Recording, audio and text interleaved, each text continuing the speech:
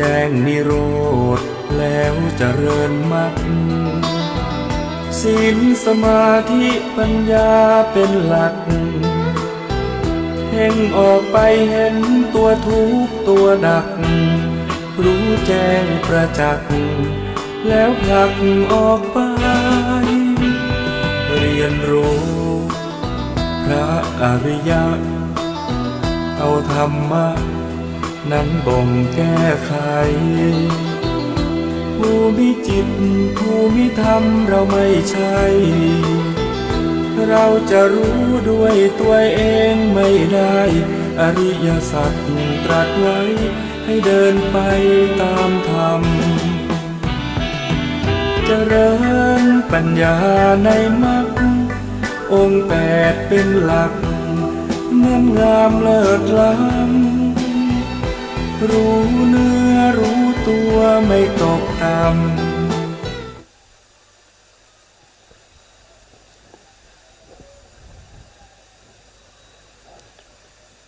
อะระหังสัมมาสัมพุทโธภะคะวะ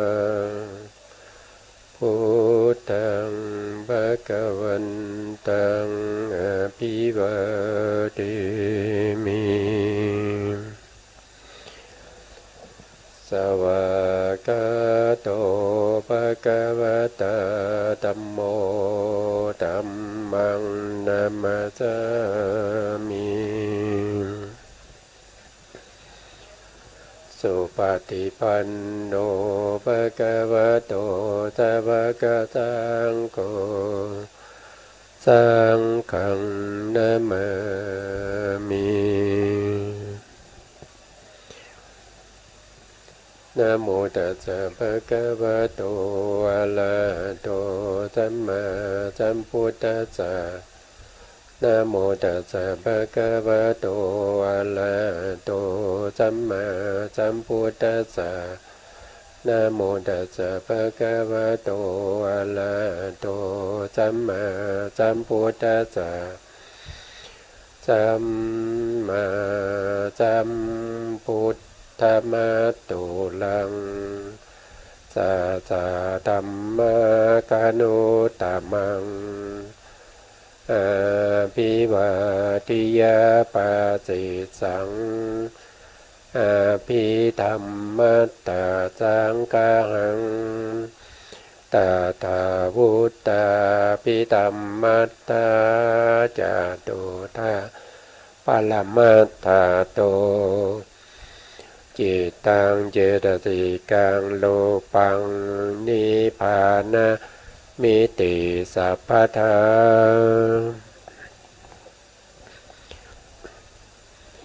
ขอกราบนมัสการพระมหาเถระพระสังฆาธิการพระเถรานุเถระ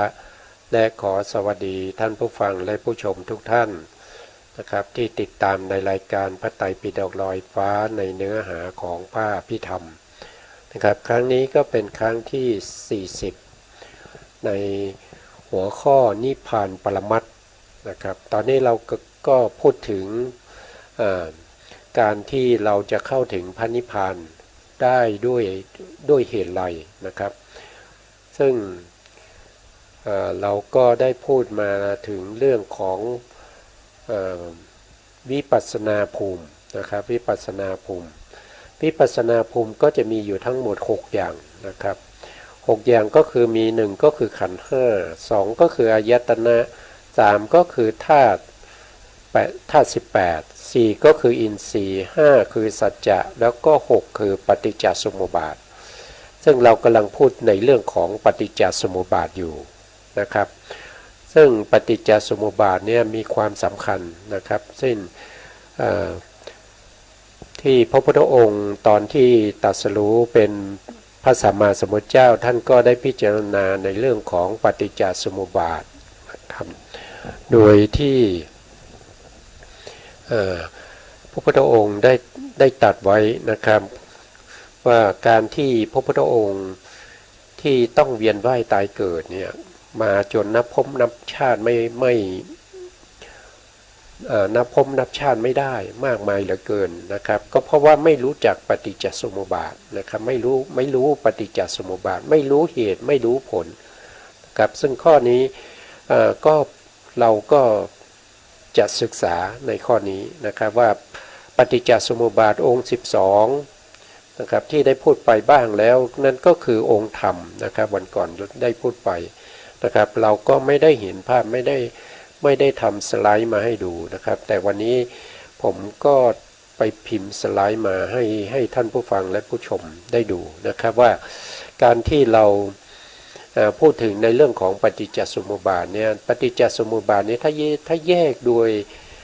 แยกออกก็จะได้3อย่างด้วยกันนะครับหนึ่งก็คือองค์12องค์12ถ้าว่าโดยองค์เนี้ยได้องค์12แต่ถ้าว่าโดยประเภทก็จะได้อยู่18นะครับได้อยู่18อย่างด้วยกันประเภทแต่ถ้าว่าโดยพิสดารเนี่ยก็จะได้อยู่ทั้งหมด27องค์นะครับทีนี้องค์ที่1องค์ที่1ไม่ว่าจะเป็น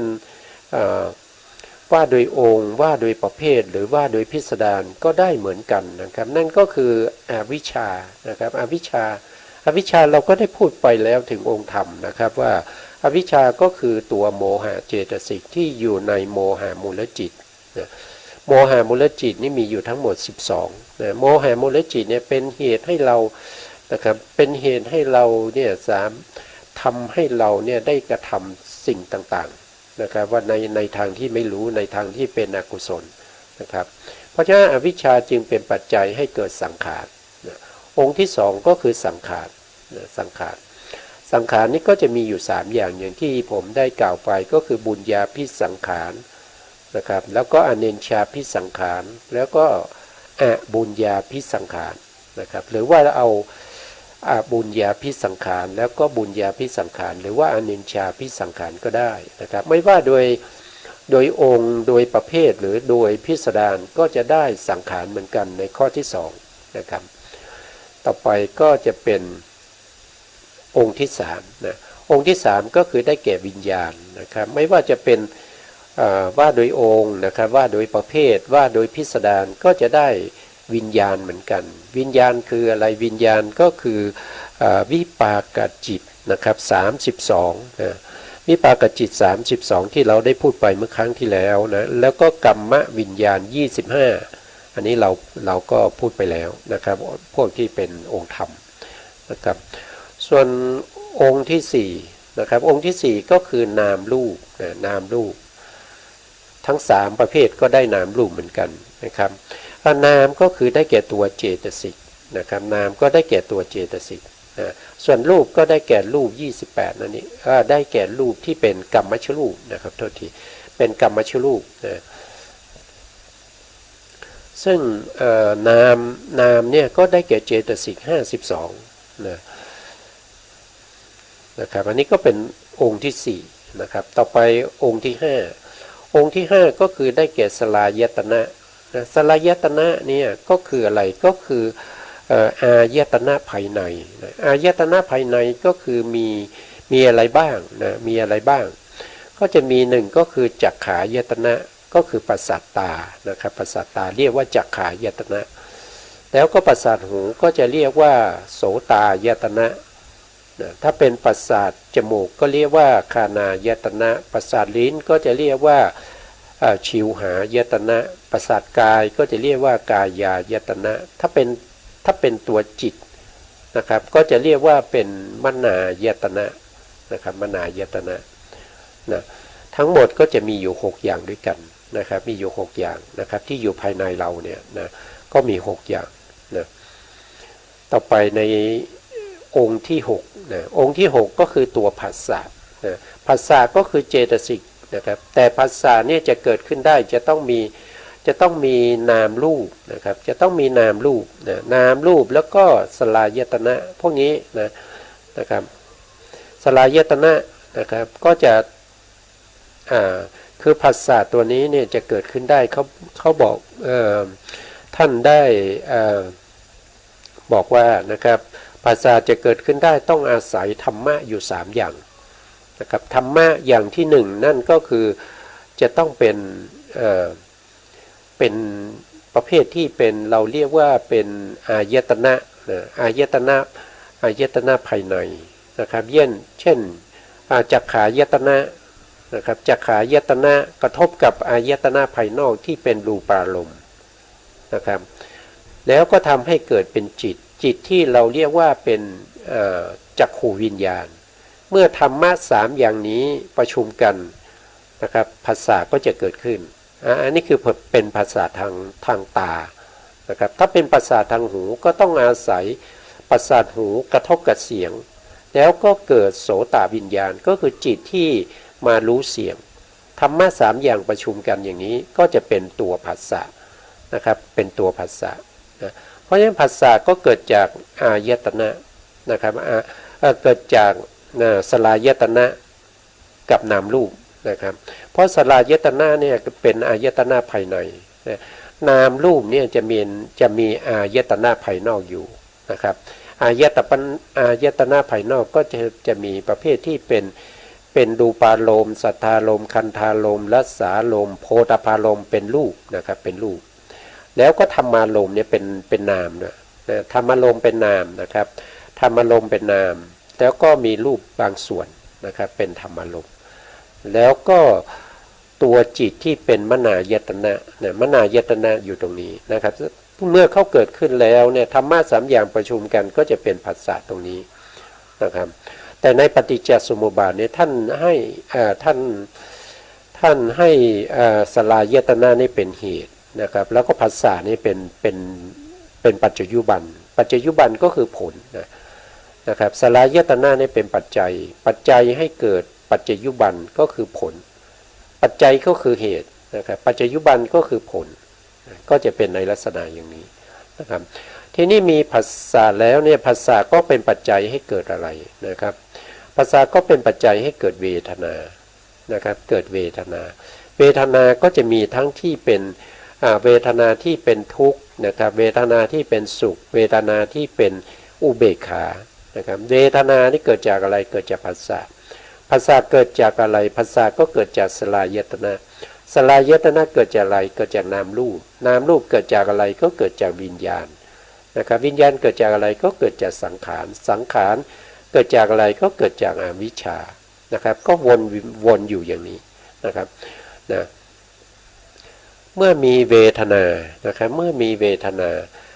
นาก็เป็นปัจจัยให้เกิดตัณหานะครับก็เกิดตัณหาก็คือความยินดีพอใจความยินดีพอใจความเพลิดเพลินติดใจความชื่นชมในภพชาติในภพชาติที่ตัวเองได้เกิดมานะครับพวกที่เป็นมนุษย์ก็จะพอใจในภพชาติของตัวเองก็คือความเป็นมนุษย์นะครับเดรัจฉานเขาก็พอใจในภพชาติของความเป็น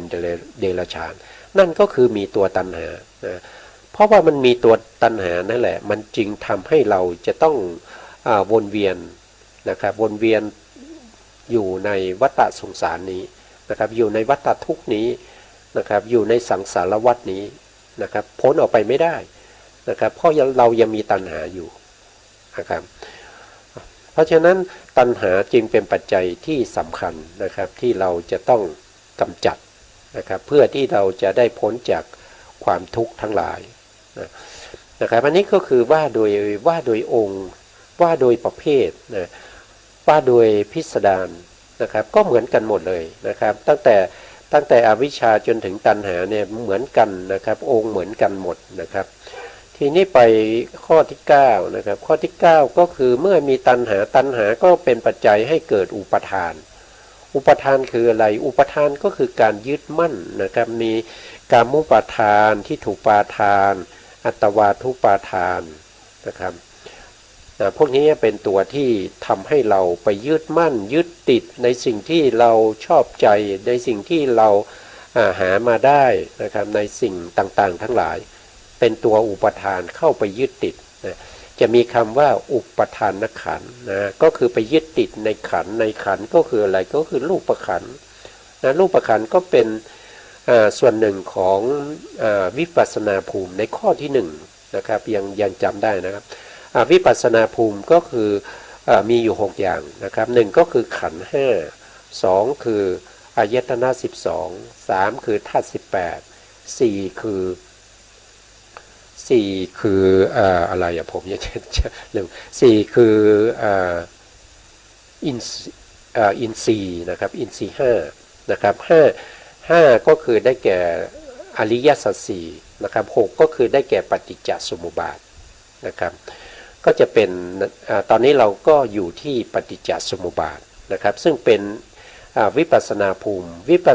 มิเป็นอารมณ์ให้แก่โพธิปัจขิยธรรมตัวปฏิบัติอยู่ที่โพธิปัจขิยธรรมโพธิปัจขิยธรรมมีวิปัสสนาภูมิเป็นอารมณ์นะครับโพธิปัจขิยธรรมก็จะมีอยู่ทั้ง7อย่างนะครับที่เราได้ศึกษาไปแล้วในเรื่องของสติปัฏฐาน4สัมมาปัฏฐาน4อิทธิบาท4อินทรีย์5พละ5โพชฌงค์7มรรคมีองค์8พวกนี้เป็นโพธิปัจขิยธรรมนะครับตอนนี้เรากำลังอยู่ที่วิปัสสนาภูมิ6แล้วก็อยู่ในข้อที่6ก็คือปฏิจจสมุปบาทครับตอนนี้เรากำลังพูดถึงปฏิจจสมุปบาทโดย3ประเภทนะครับโดยองค์มีอยู่12โดยประเภทมีอยู่18นะโดยประเภทมี18โดยพิสดารมีอยู่28ตั้งแต่องค์ที่1จนถึงองค์ที่9เนี่ยเราก็เห็นว่าทั้ง3ประเภทนี้เขาจะเหมือนกันหมดเลยนะครับทีนี้องค์ที่10นะองค์ที่10พอองค์ที่10ในส่วนของว่าโดยองค์เนี่ยก็คือได้แก่ภาวะคืออะไรภาวะก็คือภพนั่นเองนะครับภพคืออะไรภพก็คือภพภูมิที่เราอาศัยเกิด31ภูมินั่นเองนะครับอันนี้ก็คือเป็นภพถ้าว่าโดยองค์10ถ้าว่าโดยพิสดารมีอยู่18เนี่ยก็ยังเหมือนเดิมครับก็ยังเป็นภพอยู่ก็ยังเป็นภพอยู่แต่ถ้าว่าโดยพิสดาร28เนี่ยจะแตกต่างไปแล้วเห็นไหมครับก็จะแตกต่างไปแล้วนะครับตรงนี้เป็นภาวะแต่ในว่าปฏิจจสมุปบาทว่าโดยพิสดารเนี่ยก็จะกลายเป็นกรรมภาวะก็องค์ธรรมเขาได้แก่ตัวเจตนานะครับได้แต่ตัวเจตนาคือการกระทำกรรมทั้งหลายในภพนี้นะในภพนี้นะครับก็คือได้แก่กรรมภาวะนะครับจะแตกต่างกันในข้อที่10นะครับต่อไปนะครับอันนี้ก็ยังอยู่ในข้อที่10นะครับมาต่อตรงนี้มาต่อตรงนี้ทีนี้ข้อ11นะข้อที่11เนี่ยในส่วนของว่าโดยองค์เนี่ยก็จะเป็นชาตินะครับก็จะเป็นชาติอยู่ในข้อที่11นะครับว่าโดยประเภทก็จะเป็นข้อที่11ก็คือชาติแต่ตอนนี้ว่าโดยพิสดารเนี่ยเขายังมีข้ออื่นที่ขั้นอยู่นะครับข้อ11เขาจึงเป็นอุปปัตติภาวะอุปปัตติภาวะก็คือการเกิดขึ้นนะครับสภาวธรรมทั้งหลายที่กำลังเกิดขึ้นในภพใดภพหนึ่งนะครับในขณะแรกหรือที่เรียกว่าปฏิสนธิจิตแล้วก็กรรมชรูปที่เกิดขึ้นครั้งแรกในภพนั้นนะครับในสภาวะนั้นก็เรียกว่าเป็นอุปปัตติภาวะหรือว่าบางอย่างเช่นจักขูวิญญาณโสตวิญญาณที่เกิดในประวัติการ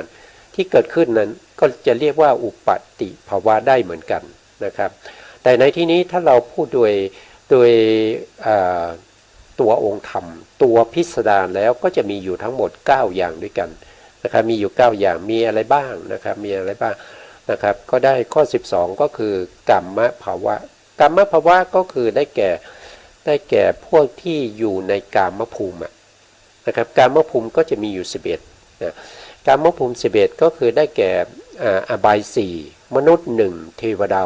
6รวมกันแล้วก็จะเป็น11ภูมิ11ภูมินี้เราเรียกว่าเป็นกรรมภาวะนะครับก็คือการเกิดในภพ11ภูมินี้นะครับก็เป็นกรรมภาวะเป็นข้อที่1ใน9นะครับเป็นข้อที่1ใน9แต่เป็นว่าโดยพิสดารเขาเป็นข้อที่12นะข้อที่12นะครับทีนี้ต่อไปถ้าว่า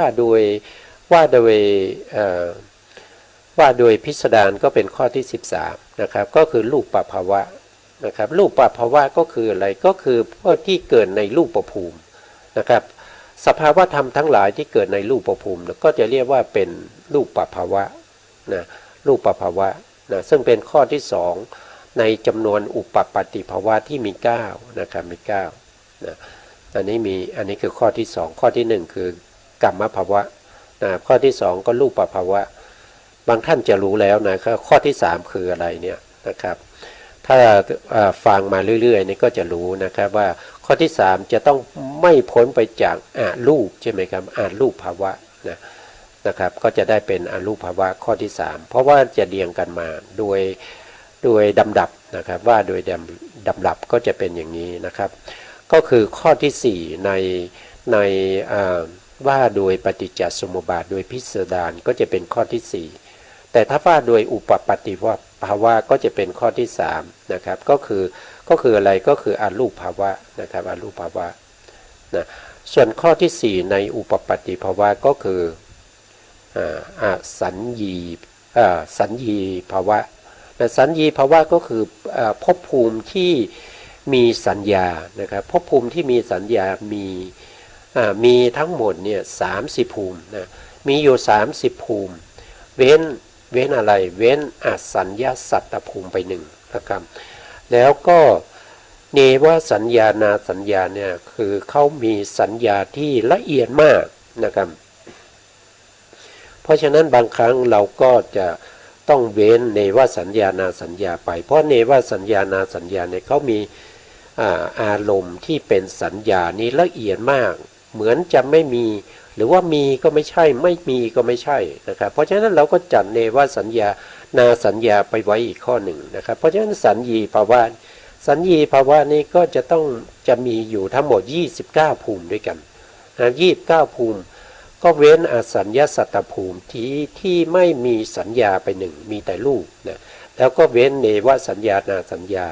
ไปอีกภูมิหนึ่งนะครับเพราะฉะนั้นก็จะมาอยู่ในข้อที่2นะครับในเรื่องของสัญญานะครับก็จะเห็นว่าตรงนี้ก็จะเป็นอสัญญีใช่ไหมครับอสัญญีได้แก่อะไรอสัญญีก็ได้แก่อสัญญาสัตว์อสัญญาสัตตภูมิที่เกิดด้วยรูปนะครับที่มีเวลาเกิดขึ้นครั้งแรกเนี่ยเขาจะเกิดด้วยรูปที่เรียกว่าชีวิตานภกกลาภที่เกิดในขณะแรกจะไม่มีนามธรรมนะครับจะไม่มีนามธรรมในภพนี้นะจะไม่มีนามธรรมนะครับเขาก็เป็นข้อที่16ของปฏิจจสมุปบาทว่าโดยพิสดารนะครับทีนี้ข้อที่17ข้อที่17ก็คือได้แก่เนวสัญญานาสัญญานะครับภาวะนะครับเว้นมาจากตรงนี้ไงครับเว้นมาจากตรงนี้มี29บวกตรงนี้ก็เป็น30บวกเนวสัญญานาสัญญายตนะอีกภูมิหนึ่งก็เป็น31นะครับก็เช่นเดียวกันในส่วนแรกในข้อ1ถึงข้อ3นี้นะครับตรงนี้ก็31ภูมิเหมือนกันนะครับถ้าว่าโดยกามภูมิมีอยู่11ใช่ไหมครับถ้าว่าโดยรูปภูมิมีอยู่16ถ้าว่าโดยอรูปภูมิมีอยู่4รวมกันแล้วก็เป็น31ภูมินะครับส่วนที่2ก็เช่นเดียวกันตั้งแต่ข้อ15ถึงข้อ17เนี่ยก็จะมีอยู่ทั้งหมด31ภูมิเช่นกันนะครับเพราะว่าเขาอุปปัตติภาวะเนี่ยเขาแบ่งเป็น9ตอนนี้เราก็ได้มาแล้ว6นะครับได้มาแล้ว6นะทีนี้ข้อที่7นะข้อที่7เนี่ยก็คือเอกโวกาลภาวะเอกโวกาลภาวะก็คือภพภูมิที่มีขันธ์เดียวนะครับมีขันธ์เดียวไม่มีขันธ์ที่2ที่3ที่4ที่5นะครับสัตว์โลกที่เวียนว่ายตายเกิดอยู่ในวัฏฏะสงสารนี้ขันธ์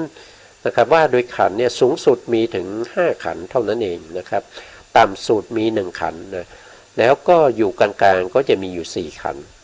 นะครับเขาจะมี1ขันธ์แล้วก็4ขันธ์แล้วก็5ขันธ์นะว่าโดยขันธ์เนี่ยถ้ามี2ขันธ์นี้ไม่มีนะครับภพภูมิที่มี2ขันธ์ไม่มี3ขันธ์ก็ไม่มีนะครับนะไม่มีนะครับมีภพภูมิที่มีขันธ์3เนี่ยนะครับมีขันธ์3อย่างเช่นมีรูปขันธ์เวทนาสัญญาขันธ์แล้วก็อย่างอื่นไม่มีเนี่ยไม่มีนะครับภพภูมิที่เวียนว่ายตายเกิดของสัตว์ทั้งหลายใน31ภูมิเนี่ยก็จะ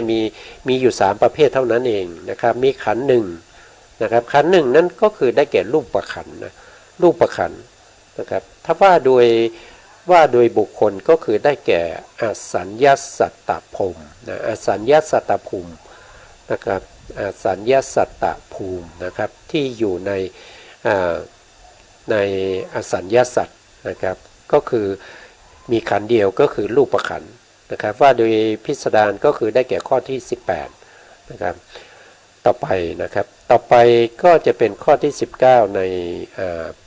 ปฏิจจสมุปบาทว่าโดยพิสดารก็คือจตุโวกาลภูมินะครับจตุนี่แปลว่า4นะครับจตุแปลว่า4โวกาละนี่แปลว่าภพภูมินะครับนะเป็นภูมิที่มีขันธ์4นะมีขันธ์4ขันธ์4ก็คืออะไรก็คือจะมีเฉพาะนามขันธ์นะครับนามขันธ์ก็จะมีเวทนาขันธ์นะสัญญาขันธ์สังขารขันธ์แล้วก็วิญญาณขันธ์เขาจะมี4ขันธ์เท่านั้นเองนะครับซึ่งต่างกับข้อ18ข้อ18เนี่ยมี1ขันธ์แต่เขาเป็นรูปขันธ์เขาไม่มีนามขันธ์นะพอมาข้อ19เนี่ยมีแต่นามขันธ์ไม่มีรูปขันธ์นะครับนามขันธ์มีอยู่4ขันธ์นะก็เรียกว่าเป็นจตุโวกาลภาวะนะครับส่วนในข้อที่20นะในข้อที่20ก็จะเป็นปัญจโวกาลภาวะนะครับปัญจก็แปลว่า5นะครับก็คือภพภูมิที่มีขันธ์5นะภพภูมิที่มีขันธ์5ก็คือได้แก่อะไรก็คือได้แก่กามภูมิ11แล้วก็รูปภูมิ15เว้นอสัญญาสัตว์เว้นอสัญญาสัตตภูมินะครับก็จะมีขันธ์5นั้นก็คือเอาเอกโวกาลภูมิบวกกับจตุโวกาลภูมิก็คือมีรูปขันธ์บวกกับนามขันธ์นะครับรูปขันธ์นะครับก็เป็น1ใช่ไหมครับเวทนาขันธ์ก็จะเป็น2เวทนาเขาเป็นนามนะครับเป็นขันธ์ที่2สัญญาเป็นขันธ์ที่3สัญญาก็เป็นขันธ์นะสังขารขันธ์ก็เป็นขันธ์เหมือนกันก็เป็นนามขันธ์นะครับแล้วก็วิญญาณขันธ์รวมแล้วก็จะมีอยู่5ขันธ์นะครับเราก็จะเห็นได้ว่าโดยพิสดารเนี่ยเขาก็ต่างกันที่ภาวะนะครับที่ภาวะถ้าว่าโดยองค์เนี่ยองค์12ก็ยังเป็นภาวะอยู่ก็คือภพภูมินั่นเองนะครับว่าโดยประเภท18ก็ยังเป็นภาวะอยู่แต่ถ้าว่าโดยพิสดารแล้วเขาแยกออกมาได้เป็น2อันนะครับก็เป็นกัมมภาวะแล้วก็อุปปาติภาวะแต่อุปปาติภาวะเนี่ยก็จะมีอยู่ทั้งหมดอยู่9นะครับทั้งหมดอยู่9ของอุปปาติภาวะก็จะมี1ก็คือกัมมภาวะ2คือรูปภาวะ3คืออรูปภาวะนะครับอันนี้ชุด1นะชุด1ชุดที่2ก็จะเป็นชุดที่2ก็จะเป็นสัญญีภาวะอสัญญีภาวะแล้วก็เนวสัญญานาสัญญาภาวะอันนี้ก็เป็นชุดที่2ส่วนชุดที่3ก็จะเป็นเอกโวกาลภาวะจตุโวกาลภาวะปัญจโวกาลภาวะอันนี้ก็เป็นชุดที่3นะครับซึ่งแตกต่างไปจากประเภทที่ว่าโดยองค์แล้วก็ประเภทนะครับเพราะว่าเราว่าโดยพิสดารก็จะมีเยอะขึ้นนะครับต่อไปนะครับต่อไปในส่วนที่ว่าโดยองค์เนี่ยข้อที่11นะข้อที่11ก็จะเป็นชาตินะชาติก็คือการเกิดนะครับถอยหลังมานะครับเราจะเห็นว่าเขาเป็นข้อที่10เนี่ยเป็นภาวะใช่ไหมครับแล้วก็ว่าโดยประเภทก็คือภาวะนะครับแต่ถ้าว่าโดยพิสดารเนี่ยเขาจะเป็นข้อที่20แล้วนะครับทีนี้เราก็ต่อไปนะครับเราก็จะเห็นว่าโดยองค์เนี่ยก็จะยังเป็นข้อที่11ก็คือตัวชาติคืออะไรชาติคือการเกิดชาติหนึ่งก็คือลักษณะอาการของการเกิดขึ้นนะครับที่มีการเกิดขึ้นเนี่ยเราเรียกว่าเป็นเกิดขึ้นครั้งแรกเนี่ยเราเรียกว่าเป็นชาติชาติคือการเกิดนะครับว่าโดยประเภทก็คือได้แก่ชาติเหมือนกันนะครับก็คือข้อ11เหมือนกันกับว่าโดยองค์นะแต่ถ้าว่าโดยพิสดารเนี่ยกลายเป็นข้อ21แล้วนะชาติอยู่ในข้อที่21เพราะว่าตั้งแต่ข้อที่11จนถึงข้อที่20เนี่ยเขาจะเป็นกัมมภาวะและก็อุปปาติภาวะนะครับอุปปาติภาวะมีอยู่9ที่ผ่านไปนะครับต่อไปในข้อที่12นะในข้อที่12หรือว่าโดยองค์ก็คือองค์ที่12นะครับก็คือชรากับมรณะชราก็คือความแก่มรณะก็คือความตายนะครับ เขาจะอยู่ในองค์เดียวกันนะครับเป็นองค์ที่12ในปฏิจจสมุปบาทว่าโดยองค์12นะครับก็ครบ12นะครับตรงนี้แต่จริงๆแล้วยังมีบางส่วนที่อยู่ในที่เกิดขึ้นเมื่อมีชาติเป็นปัจจัยแล้วก็เกิดชรามรณะนะครับยังมีรายละเอียดอย่างอื่นนะครับเช่นโสกปริเทวทุกขโทมนัสอุปาญาตพวกนี้ก็ยังอยู่ในองค์ที่12นะครับเพราะว่าชราและมรณะเนี่ยไม่ได้เป็นปัจจัยให้เกิดประเภทที่เราเรียกว่าเป็นโสกปริเทวทุกขโทมนัสอุปาญาตนะครับเพราะว่าโสกปริเทวทุกขโทมนัสเนี่ยมาเกิดมาจากชาตินั่นเองถ้าไม่มีชาติก็ไม่มีความโศกเศร้านะครับไม่มีความโศกเศร้าไม่มีความร่ำไห้นะครับนะถ้าไม่มีชาติไม่มีการเกิดนะครับพวกนี้เกิดจากชาตินะครับนะแต่ถ้าเรามาพูดถึงโดยประเภทเนี่ยก็จะแตกต่างกันออกไปนะครับในข้อที่12เนี่ยเขาก็จะเหลือเฉพาะชรานะครับชราจะไม่มีมรณะนะครับจะไม่มีความตายนะครับว่าโดยประเภทนะเขาก็เป็น12นะในส่วนที่ว่าโดยพิสดารก็เช่นเดียวกันนะครับก็เหมือนกับว่าโดยประเภทก็คือข้อที่22ก็คือชรานะครับชราก็คือความแก่นะครับ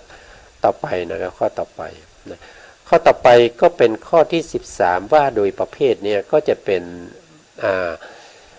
มรณะนะครับก็คือความตายนะครับว่าโดยประเภทก็คือข้อที่23ก็เป็นมรณะก็คือความตายแต่ถ้าว่าโดยองค์แล้วไม่มีนะครับยังไม่มีนะต่อไปนะครับข้อต่อไปก็คือว่าโดยประเภทก็คือข้อที่14ก็คือโศกะนะโศกะว่าโดยพิสดารก็คือโศกะแต่อยู่ในข้อที่24นะครับต่อไปนะครับก็คือปริเทวะนะครับปริเทวะก็คือการร้องไห้นะครับร้องไห้ที่มีเสียงออกมาด้วยนะครับปริเทวะอยู่ในข้อที่15ของประเภทว่าโดยประเภทนะครับปฏิจจสมุปบาทว่าโดยประเภทก็คือข้อที่15ถ้าว่าโดยพิสดารก็อยู่ในข้อที่25นะครับโสกปริเทวะนะครับเขาก็มาแยกออกมานะครับโดยประเภทแล้วก็โดยพิสดารแต่ถ้าว่าโดยองค์ธรรมถ้าว่าโดยองค์แล้วก็จะไม่มีนะครับจะไม่มีเพราะว่าเขาอยู่ในชรามรณะอยู่แล้วนะครับว่าต่อไปในข้อที่16นะครับของปฏิจจสมุปบาทว่าโดยประเภทก็ได้แก่ทุกขะทุกขะก็คือทุกขทุกนั่นเองนะครับทุกขทุกก็คือทุกที่เกิดทางกายนั่นเองนะครับเกิดทางกายนะครับอย่างเช่นถูกตีอย่างนี้นะครับถูกตีถูกทรมานนะครับถูกตัดนิ้วถูกตัดแขนตัดขานะครับตัดจมูกตัดลิ้นตัดหูใบหูนะครับก็จะเป็นทุกขทุกนะครับเป็นทุกขทุกนะแล้วก็ถ้าว่าโดยพิสดารนะครับถ้าว่าโดยพิสดารก็จะเป็นข้อที่26ก็คือทุกขทุกเหมือนเดิมนะครับก็คือเหมือนกับข้อที่เหมือนกับว่าโดยประเภทนะครับต่อไปก็จะเป็นข้อที่17นะข้อที่17ก็เป็นโทมนัสนะโทมนัสนะครับว่าโดยประเภทโทมนัสนี่ก็คือความเสียใจนะครับความเสียใจนะครับความเสียใจนี่เกิดทางใจนะครับโทมนัสนะครับโทมนัสเกิดทางใจเช่นเดียวกับว่าโดยพิสดารก็จะเป็นข้อที่27ก็จะมีโทมนัสนะครับโทมนัสก็คือความเสียใจว่าโดยองค์เนี่ยเขาคือตัวโทสะนะครับโทสะเจตสิกนะครับโทสะเจตสิกนะครับต่อไปว่าโดยประเภทข้อที่18ซึ่งเป็นข้อสุดท้ายของปฏิจจสมุปบาทว่าโดยประเภทนะครับก็จะได้แก่อุปาญาตนะครับอุปาญาตก็คือข้อที่18อุปาญาตเนี่ยก็คือความทุกข์ทรมานที่เหมือนกับว่าเขาเอาน้ำมันใส่ในกระทะเสร็จแล้วเขาก็ทิ้งไว้อย่างนั้นนะครับทิ้งไว้อย่างนั้นแล้วก็สุมไฟเข้าไปนะครับสุมไฟเข้าไปจนน้ำมันที่อยู่ในกระทะนั้นแห้งไปนะครับลักษณะอย่างนั้นแหละ ที่เราเรียกว่าเป็นอุปายาสะหรือว่าอุปายาตนะครับอุปายาสะหรืออุปายาตนะครับซึ่งเป็นความทุกข์ทรมานที่มากมายเหลือเกินนะครับประเภทนี้ก็จะเกิดทางใจนะครับก็จะเกิดทางใจนะครับอย่างในว่าโดยพิสดารนะครับก็จะเป็นข้อที่28ก็คืออุปายาสะเหมือนกันนะครับก็เป็นอุปายาตนั่นเองนะครับก็จะมีอยู่ทั้งหมดปฏิจจสมุปบาทนะครับถ้าเราว่าโดยองค์มีอยู่12องค์นะครับถ้าว่าโดยประเภทมีอยู่18นะครับถ้าว่าโดยพิสดารก็จะมีอยู่28นะครับอันนี้ก็เรียนให้ท่านผู้ฟังและผู้ชมได้ทราบนะครับว่าก็จะมีอยู่ในลักษณะอย่างนี้นะครับก็พูดมาหลายครั้งนะครับแต่ไม่ได้ทำแผ่นชาร์ตมาให้ดูนะครับวันนี้ก็เขียนแผ่นชาร์ตมาให้ดูนะครับแล้วก็ต่อไปนี้เขาจะพูดถึงองค์ธรรมละนะครับองค์ธรรมนะครับองค์ธรรมของอวิชชานี้ก็ได้พูดไปแล้วนะครับว่าอวิชชานี้ก็คือความไม่รู้8ประการนะครับความไม่รู้8ประการโดยมีโมหะเจตสิกนี้เป็นองค์ธรรมอยู่ในไหนก็คืออยู่ในอกุศลจิต12นะครับอยู่ในอกุศลจิต12นี้ได้พูดไปแล้ว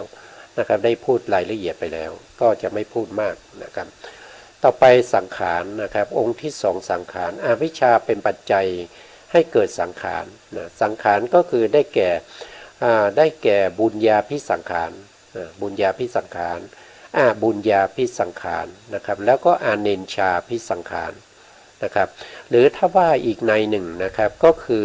กายสังขารวจีสังขารแล้วก็จิตตสังขารถ้าว่าโดยองค์ธรรมได้แก่ตัวเจตนาเจตสิกที่อยู่ในอกุศลจิต12หรือว่าอยู่ในโลกิยกุศล17นะครับโลกิยกุศล17นะครับโลกิยกุศล17ก็ได้แก่มหากุศลจิต8แล้วก็รูปกุศลนะรูปกุศล5นะครับ8บวกกับ5ก็เป็น13นะครับ13บวกกับรูปกุศลอีก4ก็เป็น17นะครับเรียกว่าเป็นโลกิยกุศลนะครับอันนี้ก็ได้พูดไปแล้วนะครับได้พูดไปแล้วนะแล้ววิญญาณนะครับวิญญาณนะครับอวิชชาเป็นปัจจัยให้เกิดสังขารสังขารเป็นปัจจัยให้เกิดวิญญาณนะครับว่าโดยวิญญาณเนี่ยว่าโดยตัวองค์ธรรมเขาเนี่ยก็คือได้แก่โลกียวิปากจิต32นะครับก็คืออเหตุกจิต15นะครับมหากุศลมหาวิบากอีก8นะครับแล้วก็มหาคตะวิปากจิตอีก9นะครับรวมกันก็จะเป็นอยู่32นะครับอันนี้ก็ได้ขยายความไปแล้วนะครับข้อที่3นี้นะครับเพราะฉะนั้นอันนี้ก็พอแค่นี้ก่อนนะครับเอาไว้ในโอกาสต่อไปก็จะมาเริ่มใหม่นะครับวันนี้ก็เวลาหมดแล้วนะครับก็จำเป็นที่จะต้องลาผู้ฟังและผู้ชมไปก่อนนะครับสุดท้ายนี้นะครับก็ขอบพระคุณพระครูสมุทรวิศวัตรวรกิจโจผู้อำนวยการสถานีวิทยุเพื่อการศึกษาพระพุทธศาสนาและวัฒนธรรมคือ FM 104 เมกะเฮิรตซ์วัดฝายหินจังหวัดเชียงใหม่และก็ขอบคุณพระครูปริยัติยานุสาสนะครับแล้วก็ขอบคุณท่านผู้ฟังและผู้ชมที่ติดตามในรายการพระไตรปิฎกลอยฟ้าในเนื้อหาของพระอภิธรรมนะครับก็ขอให้ท่านผู้ฟังและผู้ชมจงมีแต่ความสุขความเจริญนะครับคิดสิ่งใดก็ให้ได้สิ่งนั้นนะครับตามความปรารถนาแล้วก็ขอให้มีดวงตาเห็นธรรมครับสวัสดีครับ